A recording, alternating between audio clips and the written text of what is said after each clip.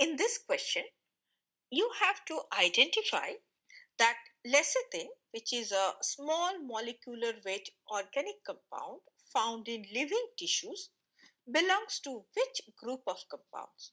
Option A, glycerides. It is incorrect because glycerides are esters of glycerol and fatty acids found as triglycerides in fats and oils. Option B, carbohydrates. It is incorrect because carbohydrates are composed of carbon, hydrogen, and oxygen. In the formula or general formula CnH2O whole N, but lecithin does not fit this definition. Option C, amino acids.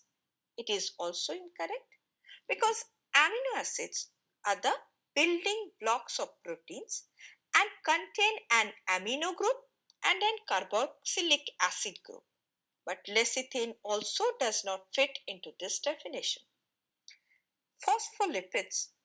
Now, some lipids have phosphorus and phosphorylated organic compounds in them, and these are known as phospholipids, and lecithin is one of the examples, and these are mainly found in the cell membranes.